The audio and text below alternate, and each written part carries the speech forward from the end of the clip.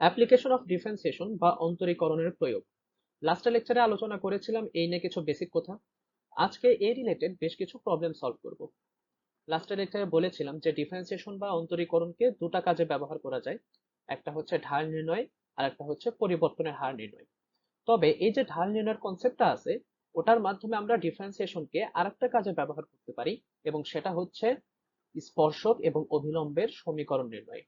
এবং পরিবর্তনের হারের কনসেপ্টটাকে একটু এক্সটেন্ড করে আমরা ডিফারেন্সিয়েশনকে যে কোনো একটা ফাংশনের গুরুমান এবং লঘুমান নির্ণয়ে ব্যবহার করতে পারি, যেটা অপটিমাইজেশনের কাজে অনেক বেশি হেল্পফুল। সো মোটামুটি অ্যাপ্লিকেশন অফ ডিফারেন্সিয়েশনের যাবতীয় ম্যাথকে এই চারটা ক্যাটাগরিতে ভাগ করা যায়। আজকের লেকচারে ফার্স্ট পার্টি নিয়ে আলোচনা করব, অর্থাৎ ঢাল নির্ণয়ে কেমনে ডিফারেন্সিয়েশনকে আমরা অ্যাপ্লাই করতে পারি। মোটামুটি যে ম্যাথগুলি সলভ করব সেগুলো বিভিন্ন টেক্সট বুকের বোর্ড কোশ্চেন এবং বিভিন্ন ভার্সিটি বা ইঞ্জিনিয়ারিং অ্যাডমিশন টেস্টের প্রিভিয়াস ইয়ার কোশ্চেন থেকে নেন। সো তোমরা এই ম্যাথগুলি সলভ করার পরে পাশাপাশি এই সোর্সগুলো থেকে তোমরা নিজে নিজে প্র্যাকটিস করবা, যেন তোমরা টপিকগুলোকে ভালোভাবে মাস্টারাইজ করতে পারো। তবে লেকচারটি শুরু করার আগে সাজেস্ট করব যে তোমরা যারা আগের লেকচারটি দেখো নাই তারা দেখে আসো, ওর লিঙ্কটা আমি ডিসক্রিপশন বক্সে দিব।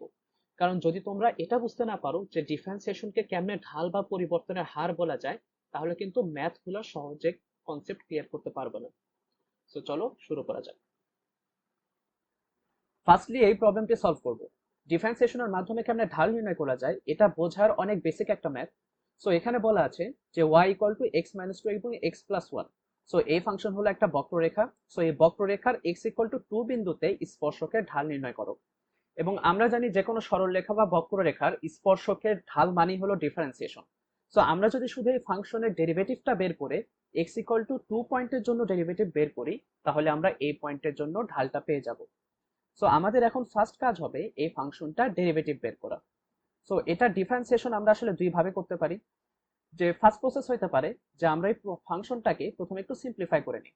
অর্থাৎ এখানে যদি আমরা দুটো ফাংশনকে ভিতরে গুণন করে দিই, তাহলে পাওয়া যাবে x² + x - 2x - 2।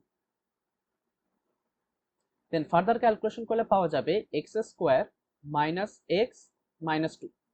এখন যদি আমরা এই ফাংশনটাকে ডিফারেন্সিয়েশন করি, অর্থাৎ দুই পাশে আমরা ddx অপারেটরটা নেব, x² - x - 2। সো এখন যদি আমরা ডিফারেন্সিয়েশন করি, তাহলে x² কে ডিফারেন্সিয়েশন করলে হবে 2x, x কে ডিফারেন্সিয়েশন করলে হবে 1, এবং 2 যেহেতু কনস্ট্যান্ট, সো x এর সাপেক্ষে ডিফারেন্সিয়েশন করলে হবে 0। সো বলা যায় এই ফাংশনের ডেরিভেটিভটা হবে 2x - 1। সো যেটা বলছিলাম যে এই ফাংশনটাকে আরেকভাবে আসলে ডিফারেন্সিয়েশন করা যাবে। এখানে যদি আমরা এই ফাংশনটাকে সিম্পলিফাই না করি, তাহলে এই অবস্থায় বলা যায় x - 2 এবং x + 1 দুটা ফাংশন গুণন অবস্থায় আছে।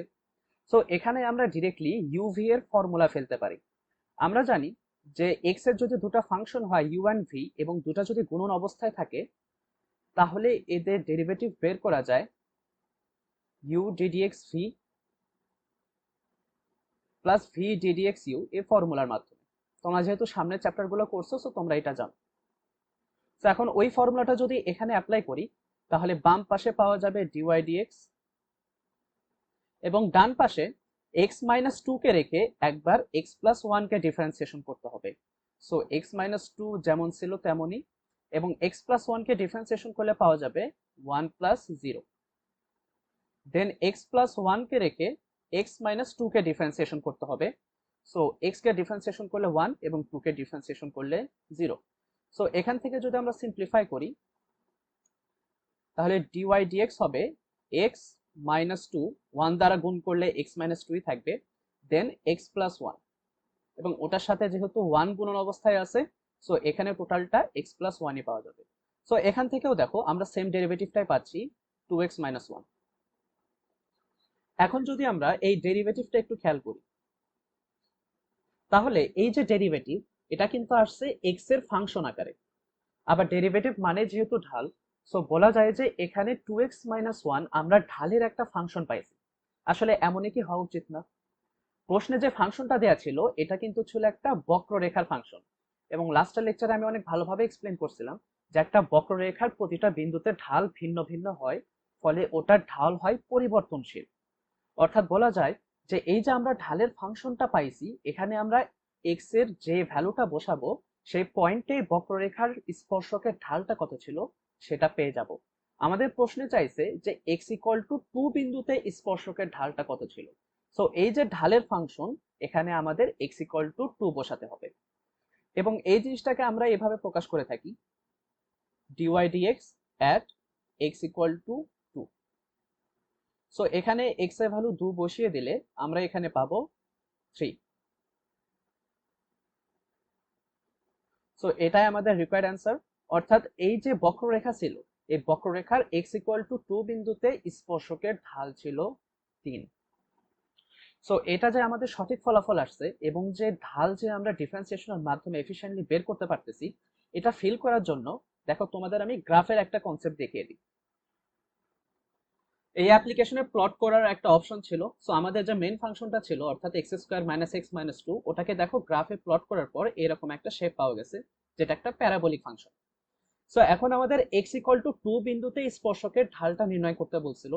সো আমরা এক্স ইকুয়াল টু 2 বিন্দুতে স্পর্শক অঙ্কন করে দেখি যে তার ঢাল 3 হওয়া উচিত কিনা।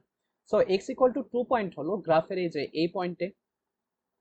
সো ওই পয়েন্টে যদি আমরা এখন একটা ট্যানজেন্ট বা স্পর্শক ড্র করি, তাহলে এটা এক্স অক্ষের সাথে যে কোণ করতেছে ওটাকে আমি থিটা ধরলাম, তাহলে এটার ঢাল কি হবে? Tan theta. এখন এই কোণটা কিন্তু অবশ্যই 90 ডিগ্রির চেয়ে কম হবে, অর্থাৎ একটা সূক্ষ্ম কোণ হবে।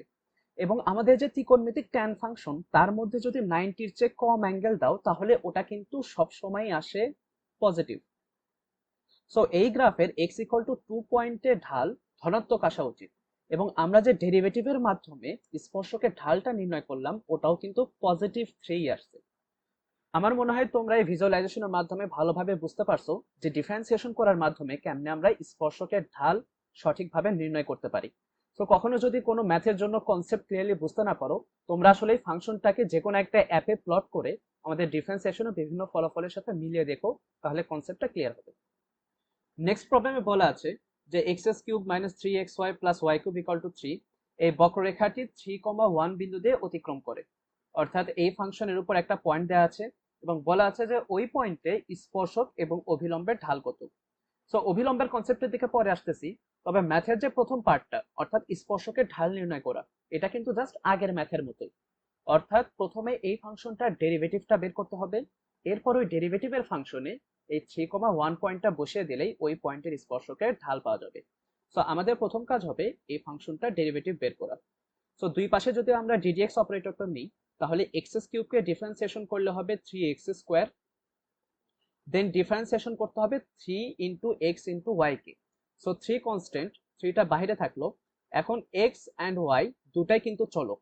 সো এখানে ইউ ভি এর ফর্মুলাটা ফেলতে হবে, অর্থাৎ দুটা ফাংশন গুণন অবস্থায় থাকলে যেমন ডিফারেন্সিয়েশন করতে হয়, অর্থাৎ এক্স কে রেখে ওয়াই কে ডিফারেন্সিয়েশন করতে হবে এবং ওয়াই কে ডিফারেন্সিয়েশন করলে পাওয়া যাবে ডিওয়াই ডিএক্স।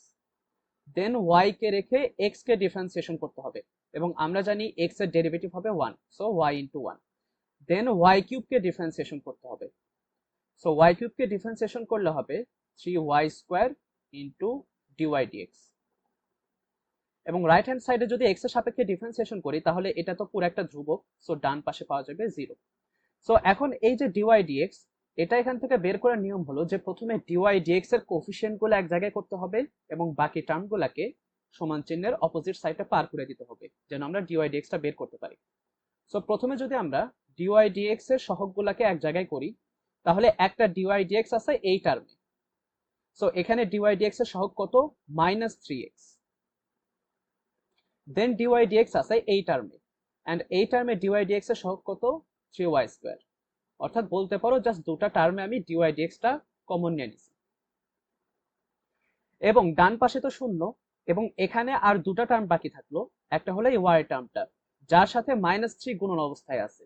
সো বাম পাশে এটা হবে -3y, সো ডান পক্ষে পার করে দিলে এটা হয়ে যাবে +3y।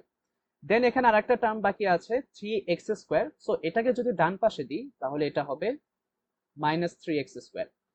এখন এখান থেকে আমরা অনেক সহজে dy dx এর ফাংশনটা বের করতে পারবো। 3y -3x square by -3x plus 3y square. So এখান থেকে চাইলে আমরা উপর নিচ থেকে 3টা ক্যান্সেল করে দিতে পারি, কারণ উপরে নিচে যদি 3 কমন নিই তাহলে এটা ক্যান্সেল হয়ে যাবে। সো বলা যায় যে এটা আমাদের সিম্পল জাস্ট ডেরিভেটিভের একটা ফাংশন। সো এটার দ্বারা বুঝাইতেছে যে এই যে ফাংশনটা আছে, অর্থাৎ এই যে বক্ররেখা, তার যে কোনো পয়েন্টের জন্য ডেরিভেটিভ, অর্থাৎ ডেরিভেটিভ বা ঢালের একটা ফাংশন, কিন্তু আমাদের বের করতে হবে 3,1 পয়েন্টের জন্য। সো এখন আমরা ডিওয়াই ডিএক্স বের করব একটা পার্টিকুলার পয়েন্টের জন্য, অর্থাৎ এক্স এর ভ্যালু বসায় দেব 3 এবং ওয়াই এর ভ্যালু বসায় দেব 1। So y equal to 1 and x এর ভ্যালু 3 হইলে 3 স্কয়ার, দেন মাইনাস এক্স অর্থাৎ -3, দেন প্লাস ওয়াই স্কয়ার অর্থাৎ 1 স্কয়ার। সো এখান থেকে ক্যালকুলেশন করে পাবো 1 - 9 অর্থাৎ -8, এবং নিচে -3 + 1 -2, 4। সো 4ই হবে এই ফাংশনের ওই নির্দিষ্ট বিন্দুতে স্পর্শকের ঢাল। এখন আসি ম্যাথের সেকেন্ড পার্টে, অর্থাৎ যেখানে অভিলম্বের ঢাল নির্ণয় করতে হবে। যদি আমি এটা একটা বক্ররেখা কনসিডার করি এবং বক্ররেখার এই বিন্দুতে একটা স্পর্শক অঙ্কন করি, তাহলে ওই স্পর্শ বিন্দুতে যে স্পর্শকের উপর লম্ব রেখা, এটাকে বলা হয় অভিলম্ব। অর্থাৎ এই রেখাটা যদি হয় স্পর্শক, তাহলে স্পর্শ বিন্দুর উপর স্পর্শকের উপর যে লম্ব রেখা, অর্থাৎ যে রেখাটা 90 ডিগ্রি কোণ করে আছে, ওটাকে আমরা বলবো অভিলম্ব।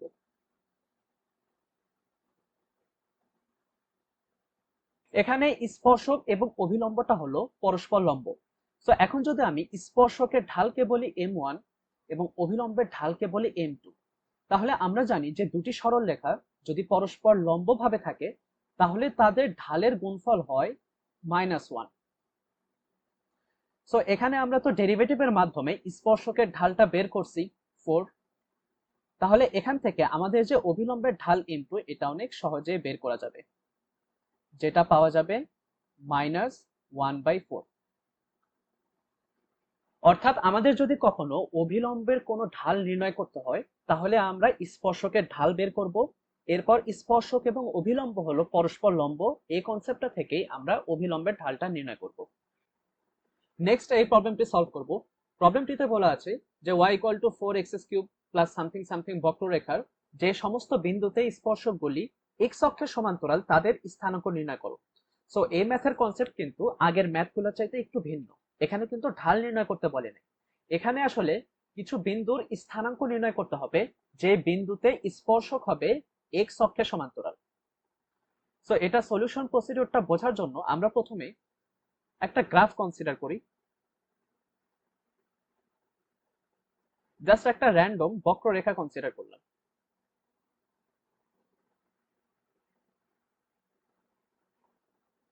এখন আমরা যদি এই বক্ররেখার এমন কিছু বিন্দু খুঁজতে চাই যেখানে স্পর্শকগুলি হবে x অক্ষের সমান্তরাল, তাহলে ওই বিন্দুগুলি কিন্তু হবে অবশ্যই এই পিক পয়েন্টগুলো। কারণ যদি আমরা এই পিক পয়েন্ট বা টপ পয়েন্ট বা বটম পয়েন্ট গুলাতে আমরা যদি স্পর্শক অঙ্কন করি, তাহলে এই স্পর্শকগুলো কিন্তু হবে x অক্ষের সমান্তরাল। যেহেতু এই রেখাগুলি x অক্ষের সমান্তরাল, তাহলে এরা x অক্ষের সাথে কত কোণ করতেছে? অবশ্যই 0 ডিগ্রি। সো এরা যদি x অক্ষের সাথে 0 ডিগ্রি করে তাহলে এদের ঢাল হবে tan 0 ডিগ্রি অর্থাৎ 0। সো এখান থেকে আমরা বলতে পারি যে স্পর্শকগুলি যেহেতু x অক্ষের সমান্তরাল, ফলে এদের ঢাল হলো 0। এবং এই যে স্পর্শকের ঢাল 0, এটার দ্বারা কি আমরা বলতে পারি না যে ওই বিন্দুগুলাতে ডেরিভেটিভও হবে 0? কারণ ডিফারেন্সিয়েশনের মাধ্যমে যে ডেরিভেটিভ পাওয়া যায় ওটার দ্বারা তো ওই স্পর্শকের ওই বিন্দুগুলাতে ঢালই পাওয়া যায়। সো এখন আমরা এই ফাংশনটা ডেরিভেটিভ বের করে 0 করে দেখি যে ওখান থেকে আমরা কি নির্ণয় করতে পারি। সো এটা অনেক সিম্পল একটা ফাংশন। সো এখানে যদি আমরা দুই পাশে ডিফারেন্সিয়েশন করি তাহলে বাম পাশে তো পাবো dy dx, এবং ডান পাশে এখানে জাস্ট x⁴n এর ফর্মুলা, অর্থাৎ 3x² হবে অর্থাৎ 12x²। দেন x² কে ডিফারেন্সিয়েশন করলে হবে 2x * 3 অর্থাৎ +6x। দেন এক্স কে ডিফারেন্সিয়েশন করলে 1 এবং 6 যেহেতু কনস্ট্যান্ট গুণন অবস্থায় আছে সো -6 এন্ড 1 কে ডিফারেন্সিয়েশন করলে তো 0। এখন আমরা এই কন্ডিশনটা অ্যাপ্লাই করে দিই, অর্থাৎ dy dx equal to 0। Then 0 equal to 12x square plus 6x minus 6। এখন এই যে এটা x এর একটা কোয়াড্রেটিক ইকুয়েশন আসলো, এই ইকুয়েশনটা সলভ করে x বের করা যাবে না? এখন এই যে x পাওয়া যাবে, এই x দ্বারা আসলে কি বোঝাইতেছে? এটা কিন্তু বুঝাইতেছে যে যেই জায়গাগুলোতে ঢাল শূন্য ছিল সেই জায়গাগুলার ভুজ, অর্থাৎ এই যে পয়েন্ট, যে পয়েন্টগুলো আমরা নির্ণয় করতেছি ওই পয়েন্টগুলোতে আসলে ভুজ কত ছিল সেটা কিন্তু আমরা ইকুয়েশনটা সলভ করে পেয়ে যাব। সো আমরা এখন এই ইকুয়েশনটা সলভ করে x এর ভ্যালুটা নির্ণয় করব। সো প্রথমে আমরা একটু যদি ইকুয়েশনটা সিম্পলিফাই করতে চাই তাহলে প্রতিটা টার্মের মধ্যে থেকে 6 কে বাদ দেওয়া যাবে। So 2x square plus x minus 1 equal to 0। So এটাকে সলভ করার জন্য আমরা মিডল টার্মটা ভাঙাইতে পারি, অর্থাৎ x কে আমরা লিখতে পারি 2x মাইনাস x। দেন এখান থেকে পাওয়া যাবে 2x minus 1 and x plus 1। So এখান থেকে x এর ভ্যালু পাওয়া যাবে, একটা হবে হাফ এবং আরেকটা হবে -1।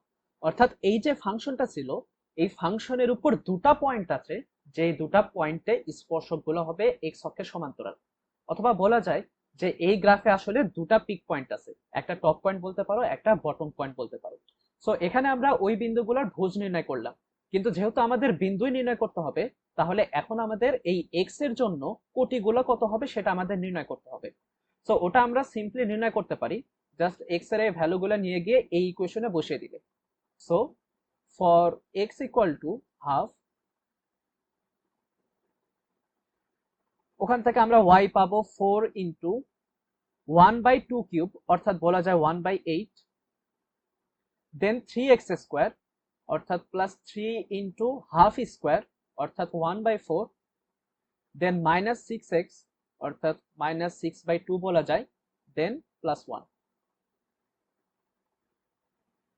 সো এখান থেকে ক্যালকুলেট করলে y এর ভ্যালু পাওয়া যাবে -3/4।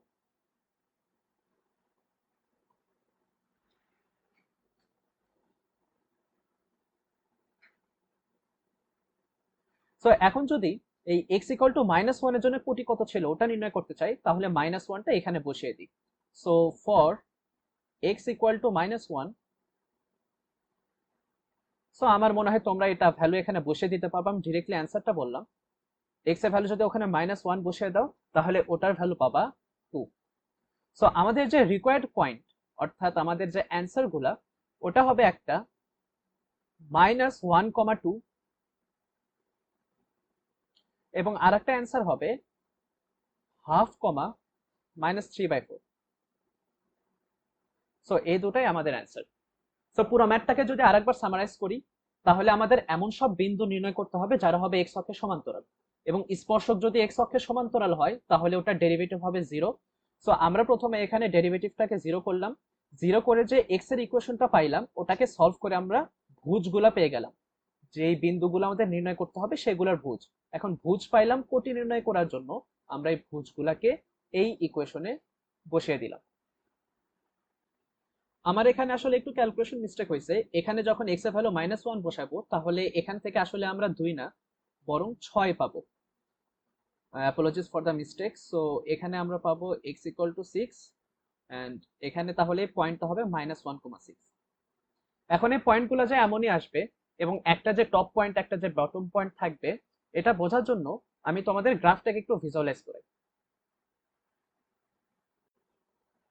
আমাদের এই ফাংশনকে যদি আমরা গ্রাফে প্লট করি তাহলে এইরকম দেখো একটা শেপ পাবো, এবং দেখো এটার আমি টপ পয়েন্ট এবং বটম পয়েন্টটাকে আগে আমি একটু ফিক্স করে রাখছি। সো ভ্যালুগুলো যদি খেয়াল করো এখানে যে বটম পয়েন্টটা, এই বটম পয়েন্ট আসতেছে এখানে 0.51। সো 0.51 আসলে এটা 0.5ই হয়তো যদি আমি অ্যাকুরেটলি বটম পয়েন্টটা ধরি, অর্থাৎ এটাকে আমরা হাফ বলতে পারি, এবং এটা আসছে -0.75। 0.75 মানে আসলে হলো 3/4। দেখো আমাদের কিন্তু একটা পয়েন্ট আসছিল হাফ কমা -3/4, এবং এটা যে টপ পয়েন্ট, এই টপ পয়েন্টটা খেয়াল করো এটা আসছে -1.01,6, এবং এই যে আমরা কিন্তু একটা পয়েন্ট পাইছিলাম -1,6। সো জাস্ট অ্যাকুরেসির একটু কম বেশির জন্য এখানে এই ফ্র্যাকশনগুলো আসছে। এবং এই যে দেখো টপ পয়েন্ট এবং বটম পয়েন্ট, এখানে যদি আমি স্পর্শক টানি তাহলে এই স্পর্শকগুলো কিন্তু অবশ্যই কি হবে, এক্স অক্ষের সমান্তরাল হবে। তো তোমাদের যদি কারো বুঝতে একটু প্রবলেমও হয়ে থাকতো, আমার মনে হয় ভিজুয়ালাইজেশনের মাধ্যমে তোমাদের একদম ক্লিয়ার হয়ে গেছে। নেক্সট এই প্রবলেমটি সলভ করব যেটা আগের প্রবলেমের সাথে কিছুটা সিমিলার। এখানে বলা আছে যে এই বক্ররেখার এমন বিন্দু নির্ণয় করতে হবে যেখানে স্পর্শকগুলি হবে এক্স অক্ষের উপর লম্ব। সো এর আগে বলা ছিল এমন বিন্দু নির্ণয় করতে হবে যে বিন্দুতে স্পর্শক এক্স অক্ষের সাথে সমান্তরাল, এবং বলা আছে যে এখানে স্পর্শকগুলো হবে এক্স অক্ষের উপর লম্ব। আচ্ছা, একটি স্পর্শক যদি এক্স অক্ষের উপর লম্ব হয় তাহলে ওটার ঢাল কি হবে, tan 90 ডিগ্রি। কারণ এক্স অক্ষের সাথে যে কোণ ওটা ট্যানজেন্টকে তো আমরা ঢাল বলে থাকি, এবং tan 90 ডিগ্রি আসলে কত হয়, আনডিফাইন্ড, অসংজ্ঞায়িত। এবং অসংজ্ঞায়িতকে আমরা কি বলতে পারি আসলে, সামথিং বাই জিরো। অর্থাৎ আমি ধরলাম একটা আরবিট্রারি ভ্যালু কে বা সি, যে কোনো একটা কিছু ধরতে পারো, কে বাই জিরো। এখন এই ঢাল কে বাই জিরো মানে কি, যে অবশ্যই ওখানকার ডেরিভেটিভটা হবে কে বাই জিরো। সো এর আগে আমরা যে কন্ডিশনটা অ্যাপ্লাই করছিলাম যে ডিওয়াই ডিএক্স টা হবে জিরো, এখন আমাদের কন্ডিশন অ্যাপ্লাই করতে হবে যে ডিওয়াই ডিএক্স হবে সামথিং কনস্ট্যান্ট বাই জিরো। অনেক সময় বইয়ে অবশ্যই এটা র্যান্ডমলি 1/0 ধরে থাকে, ওইভাবে ধরলেও যে রেজাল্ট আসবে, তুমি যদি অন্য যে কোনো একটা কনস্ট্যান্টও ধরে নাও সেম রেজাল্টই আসবে। সো ফার্স্ট আমাদের কাজ হবে যে আমরা এই ফাংশনটার ডেরিভেটিভ বের করব, দেন এই কন্ডিশনটা অ্যাপ্লাই করব। তো এটা দেখো সিম্পল একটা ফাংশন, জাস্ট দুই পাশে আমরা ডিফারেন্সিয়েশন যদি করি তাহলে ডান পাশে পাবো 2x। ডান পাশে প্রথমে রুট এক্স এর ফর্মুলা, রুট এক্স কে ডিফারেন্সিয়েশন করলে হয় 1/2 রুট এক্স, এবং এক্স এর জায়গায় যেহেতু 1 মাইনাস এক্স স্কোয়ার আছে, সো এটাকে আরেকবার ডিফারেন্সিয়েশন করতে হবে জাস্ট চেন রুলের মতো করে। অর্থাৎ 1 কে ডিফারেন্সিয়েশন করলে হবে 0 এন্ড এক্স স্কোয়ার কে ডিফারেন্সিয়েশন করলে হবে -2x। সো ডান পাশে যদি আমরা একটু সিম্পলিফাই করি তাহলে আমরা পাবো 2x, দেন এই টু ক্যান্সেল হয়ে যাবে, মাইনাসটা সামনে চলে আসলো, তাহলে থাকলো শুধু উপরে x এবং নিচে root over 1 minus x square. Then এখন যদি আমরা এই কন্ডিশনটা অ্যাপ্লাই করে দিই, অর্থাৎ dy dx equal to some constant by 0, এবং ডান পাশে যদি আমরা এলসিএম নিই বা লসাগু করি তাহলে পাবো 2x into root over 1 minus x square minus x. So এখন যদি জাস্ট আমরা ক্রস গুণন করি তাহলে থাকবে জাস্ট কে into root over 1 minus x square equal to 0। এখন দেখো তুমি এখানে কে এর ভ্যালু যাই ধর না কেন, কে কিন্তু একটা নন জিরো ভ্যালু, তাহলে এটা যেহেতু জিরো হবে না তাহলে এই পাশের টার্মটা জিরো হয়ে যাবে, অর্থাৎ root 1 minus x square equal to 0। So তুমি এখানে কে এর ভ্যালু 1 ও ধরতে পারো বা অন্য যে কোনো একটা কনস্ট্যান্টও ধরতে পারো, রেজাল্ট কিন্তু ঘুরে ফিরে সেমই আসবে। সো এখান থেকে আমরা এক্স এর ভ্যালু পাবো প্লাস মাইনাস 1, অথবা আমি জাস্ট সিম্পলি সেপারেট করে লিখতে পারি প্লাস 1 মাইনাস 1। সো যেই বিন্দুগুলোতে স্পর্শক হবে এক্স অক্ষের উপর লম্ব তাদের আমরা ভুজ পেয়ে গেলাম। এখন শুধু আমরা এই এক্স এর ভ্যালু নিয়ে গিয়ে এই ইকুয়েশনে বসিয়ে দিলেই আমরা আসলে ওর কোটিগুলো পেয়ে যাব। So for x equal to 1, এখানে যদি আমরা 1 বসিয়ে দিই তাহলে দেখো এই টার্মটা কিন্তু 0 হয়ে যাবে, কারণ 1 মাইনাস 1, তাহলে থাকবে শুধু 1 স্কোয়ার। সো অতএব y হবে 1। এখন যদি আমরা x এর ভ্যালু -1 বসিয়ে দিই, -1, তাহলে এখানেও দেখো -1 এর উপর স্কোয়ার করলে তো 1ই হবে, সো এই রুটের টার্মটা আবারও 0 হয়ে যাবে, এবং -1 এর উপর স্কোয়ার মানে কি 1। সো আমাদের যে রিকোয়ার্ড পয়েন্টগুলো ছিল ওটা হবে একটা 1,1 এবং আরেকটা হবে -1,1। সো এই দুটো পয়েন্টই আমাদের রিকোয়ার্ড অ্যান্সার। নেক্সট এই প্রবলেমটি সলভ করব। আগের প্রবলেমগুলি বুঝে থাকলে এটা অনেক সহজে সলভ করতে পারবা।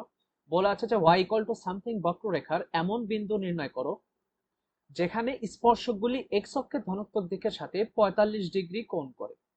সো এর আগের ম্যাথে ছিল যে এমন বিন্দু নির্ণয় করতে হবে যেখানে স্পর্শক x অক্ষের সাথে সমান্তরালে ছিল অথবা লম্বভাবে ছিল, এবং এখানে এমন বিন্দু নির্ণয় করতে বলছে যে বিন্দুতে স্পর্শক থাকবে x অক্ষের ধনাত্মক দিকের সাথে 45 ডিগ্রি কোণ করে। এখন একটি সরল রেখা যদি x অক্ষের ধনাত্মক দিকের সাথে 45 ডিগ্রি কোণ করে তাহলে তার ঢাল কি হবে, tan 45 ডিগ্রি, যেটার ভ্যালু হবে 1। এবং এই যে স্পর্শকের ঢাল, এটাকে আমরা ডেরিভেটিভ বলতে পারি না, অর্থাৎ ডিওয়াই ডিএক্স। সো আমরা যদি শুধুমাত্র এই ডিওয়াই ডিএক্স বের করে ওটাকে 1 এর ইকুয়াল করে দিই, তাহলে ইকুয়েশন সলভ করলে আমরা এই পয়েন্টগুলা পেয়ে যাব। সো আমাদের ফার্স্ট কাজ হবে এই ডিওয়াই ডিএক্সটাই ফাংশন থেকে বের করা। সো আমরা যদি দুই পাশেই ডিফারেন্সিয়েশন করি, তাহলে বাম পক্ষে পাবো ডিওয়াই ডিএক্স এবং ডান পাশে পাবো 1/3 ইন্টু 3x² এবং 2 তো কনস্ট্যান্ট, সো এটাকে ডিফারেন্সিয়েশন করলে 0, অর্থাৎ dy d x equal two x²। এখন শুধু এই কন্ডিশনটা অ্যাপ্লাই করে দিলে হবে যে ডিওয়াই ডিএক্স অর্থাৎ এর ঢালটা হইতে হবে 1। So d y d x equal to 1 x²। So এখান থেকে আমরা পাবো x এর দুটা মান, একটা হবে +1 আর একটা হবে -1। সো যে পয়েন্টে স্পর্শকগুলি x অক্ষের সাথে 45 ডিগ্রি কোণ করে আছে তাদের আমরা ভুজ পেয়ে গেলাম। কমপ্লিট বিন্দু পাইতে হলে এখন আমাদের কোটিটা নির্ণয় করতে হবে, এবং কোটি আমরা এর আগের ম্যাথের মধ্যে সহজে বের করতে পারি যে x এর ভ্যালুগুলি এই y এর ফাংশনে বসিয়ে দিই। সো এখানে আছে y equal to 1/3 x³ so আমি যদি x এর ভ্যালু 1 বসিয়ে দিই, তাহলে এটা জাস্ট 1³ + 2। সো এখান থেকে পাওয়া যাবে 7/3। এটা কোন ক্ষেত্রে? যখন x এর ভ্যালু হলো +1। এখন যদি আমরা x ইকুয়াল টু -1 এর জন্য হিসাব করি, তাহলে শুধু x এর জায়গায় -1 বসিয়ে দিলেই হবে, অর্থাৎ 1/3 ইন্টু -1³ + 2। এখান থেকে আমরা পাবো 5/3। এটা সেই ক্ষেত্রে যখন এই বক্ররেখার উপর ভুজ হবে -1। সো আমাদের যে রিকোয়ার্ড দুটো পয়েন্ট, ওটা হবে 1,7/3 and -1,5/3। সো এই দুটো পয়েন্টই আমাদের রিকোয়ার্ড অ্যান্সার। ওকে, এটা এই লেকচারের লাস্ট ম্যাথ। এখানে বলা আছে যে a এর মান কত হলে y equal to ax into 1 - x বক্ররেখার মূল বিন্দুতে স্পর্শকটি x অক্ষের সাথে 60 ডিগ্রি কোণ করে। সো এই ম্যাথটা কিন্তু লাস্টের ম্যাথের মতো সিমিলার, যেখানে স্পর্শক x অক্ষের সাথে কত কোণ করছে সেটা দেয়া আছে। সো এখান থেকে আমরা ঢাল বের করতে পারি। x অক্ষের সাথে যত কোণ করতেছে ওই কোণের ট্যানজেন্টকেই তো আমরা ঢাল বলে থাকি, অর্থাৎ এই স্পর্শকের ঢাল হবে tan 60 ডিগ্রি, যেটার মান হবে √3। এবং যেহেতু এই m হলো স্পর্শকের ঢাল, এবং আমরা জানি যে স্পর্শকের ঢালকে ওই বিন্দুতে ফাংশনের ডেরিভেটিভ বলা যায়। সো আমরা যদি শুধু মূল বিন্দুতে এই ফাংশনের ডেরিভেটিভটা বের করে নিই, ওটা সমান আমরা √3 বলতে পারবো। সো এখন আমাদের কাজ হবে আমরা এই ফাংশনটার মূল বিন্দুতে ডিফারেন্সিয়েশনটা বের করে নেব। সো এটাকে দেখো দুইভাবে ডিফারেন্সিয়েশন করা যায়। যদি তুমি ভাবো যে ax ইন্টু 1 - x দুটা ফাংশন গুণন অবস্থায় আছে, তাহলে এখানে uv এর ফর্মুলা ফেলতে হবে। অথবা চাইলে এখানে আমরা এই ফাংশনটাকে প্রথমে সিম্পলিফাই করে নিতে পারি, ax - ax², এরপরে আমরা এটা ডিফারেন্সিয়েশন করতে পারি। যে কোনো একভাবে করলে হবে, সেম রেজাল্টই আসবে। সো এখন এই ফাংশনটাকে ডিফারেন্সিয়েশন করলে পাওয়া যাবে a - 2ax, কারণ x কে ডিফারেন্সিয়েশন করলে 1 ধ্রুবক a থাকলো, এবং x² কে ডিফারেন্সিয়েশন করলে শুধু 2x। সো এই যে আমরা ডিফারেন্সিয়েশনটা পাইলাম, এটা হলো বক্ররেখার যে কোনো বিন্দুর জন্য ঢাল, কিন্তু আমাদের নির্ণয় করতে হবে মূল বিন্দুর জন্য। সো এই যে আমরা ঢালের ফাংশনটা পাইলাম, অর্থাৎ ডেরিভেটিভের ফাংশনটা পাইলাম, এখানে আমরা শুধু মূল বিন্দুর কন্ডিশনটা দিয়ে দেব, এবং আমরা জানি মূল বিন্দু হলো 0,0 বিন্দু। সো এটা হবে a - 2a ইন্টু 0, অর্থাৎ জাস্ট a। এবং এটাকে আমরা বলতে পারি আবার √3, কারণ আমরা যেই স্পর্শকের আসলে ঢালটা নির্ণয় করতেছে মূল বিন্দুতে, সেটাই তো আমরা ঢাল এখান থেকে বের করে নিলাম √3। সো এখান থেকে ডিরেক্টলি আমরা এই আননোন ভ্যালু a এর ভ্যালুটা পেয়ে গেলাম √3। সো এটা আমাদের রিকোয়ার্ড অ্যান্সার।